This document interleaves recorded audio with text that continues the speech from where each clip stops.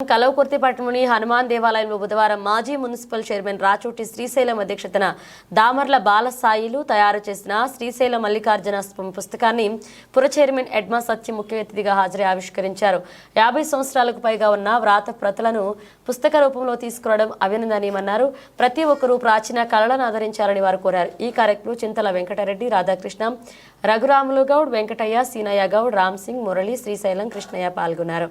ఈనాటి పుస్తకావిష్కరణ కార్యక్రమం జరుగుతుంది. శ్రీశైల మల్లికార్జున స్వామి జీవిత చరిత్ర వీధి నాటకాన్ని అత్యంత ఘనంగా హనుమాన్ దేవాలయంలో ఆవిష్కరించారు.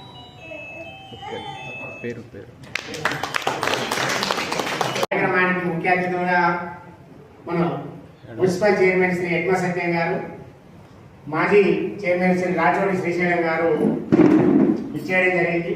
ఈ పుస్తకాన్ని కూర్చున్నటువంటి వారు దామర్ల షాయిర్ గారు.